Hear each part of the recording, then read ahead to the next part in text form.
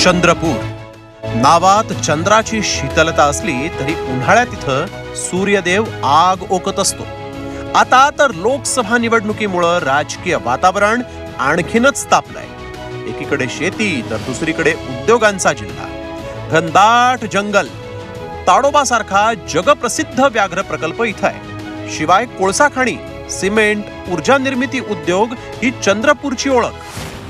मात्र याच उद्योगांमुळे चंद्रपूरमध्ये प्रदूषणाचा प्रश्न गंभीर बनलाय।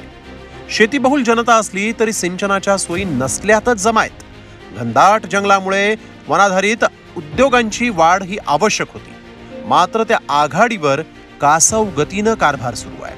मानव वन्यजीव संघर्ष तर इथल्या जनतेच्या पाचवीलाच पुजलाय। मुंबईसाठी थेट रेल्वेची मागणी अजून रुळावर आलेली नाही। सरकारी मेडिकल कॉलेजची 100 कोटींची इमारत पूर्ण झाली नसल्यानं रुग्णसेवेवर ताण पडतोय।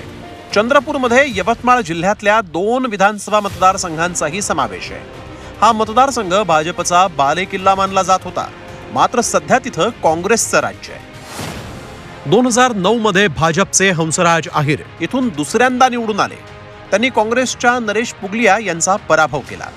2014 मध्ये खासदारकीची हॅट्रिक करताना त्यांनी काँग्रेसच्या संजय देवतळेंना तब्बल 2.25 लाखांच्या मताधिक्यानं पाणी पाजलं। मात्र 2019 मध्ये मोदी लाटेतही हंसराज अहिर यांच्यासारख्या भाजपच्या दिग्गज केंद्रीय नेत्याला काँग्रेसच्या बाळू धानोरकर यांनी लोळवलं।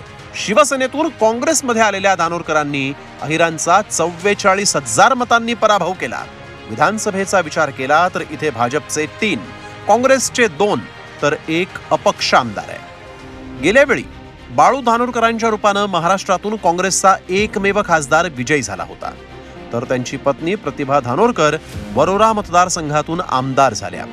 30 मे 2023 रोजी किडनी विकारानं बाळू धानोरकर यांचं निधन झालं। आता त्यांच्या जागेवर काँग्रेसनं प्रतिभा धानोरकर यांना उमेदवारी दिली आहे। खरं तर विरोधी पक्षनेते विजय वडेट्टीवारांनी आपली कन्या शिवानी यांना उमेदवारी मिळावी यासाठी दिल्लीपर्यंत फिल्डिंग लावली, मात्र त्यांचे प्रयत्न फोल ठरले। भाजपनं आपला हा बालेकिल्ला पुन्हा जिंकण्यासाठी सांस्कृतिक कार्यमंत्री सुधीर मुनगंटीवार यांच्यासारख्या दिग्गज नेत्याला मैदानात उतरवलंय। 2 गट जरी पडले असेल तरी पक्षाची उमेदवारी ज्याला मिळेल, पक्षाचा आदेश ज्याच्यासाठी होईल त्याच्यासाठी सगळेजण एकत्रित येऊन मिळेल आणि काम करेल। कारण शेवटी ही लढाई आमची हुकुमशाहीच्या विरुद्ध लोकशाहीची, संविधान वाचवण्याची लढाई आहे। त्याच्यामुळे सगळे पदाधिकारी, कार्यकर्ते हे एकत्रित येऊन ही लढाई लढू आणि आम्ही जिंकू। जातीच्या राजकारणाचा विचार कराल तर इतर जातींनी मग कोणाकडे पाहायचं? आज अनेक जाती आहे, मग तुम्ही त्यांचं प्रतिनिधित्व करणार नाही का? मी या मतदारसंघाच्या प्रत्येक जातीचा प्रतिनिधी म्हणून उभा आहे। आता जनतेला ठरवायचं की जातीगत राजकारणाला थारा द्यायचा की विकासाला थारा द्यायचा। जातीचं राजकारण करून धानोरकरांनी गेल्या वेळी विजय मिळवल्याचं सांगितलं जातं। त्यावेळी वंचितच्या उमेदवारानंही तब्बल लाखभर मतं घेतली होती। यंदा वंचितनं राजेश बेले यांना उमेदवारी दिली आहे। काँग्रेस विरुद्ध भाजप असा थेट सामना असला तरी वंचित बहुजन आघाडीच्या आव्हानाकडेही डोळेझाक करता येणार नाही।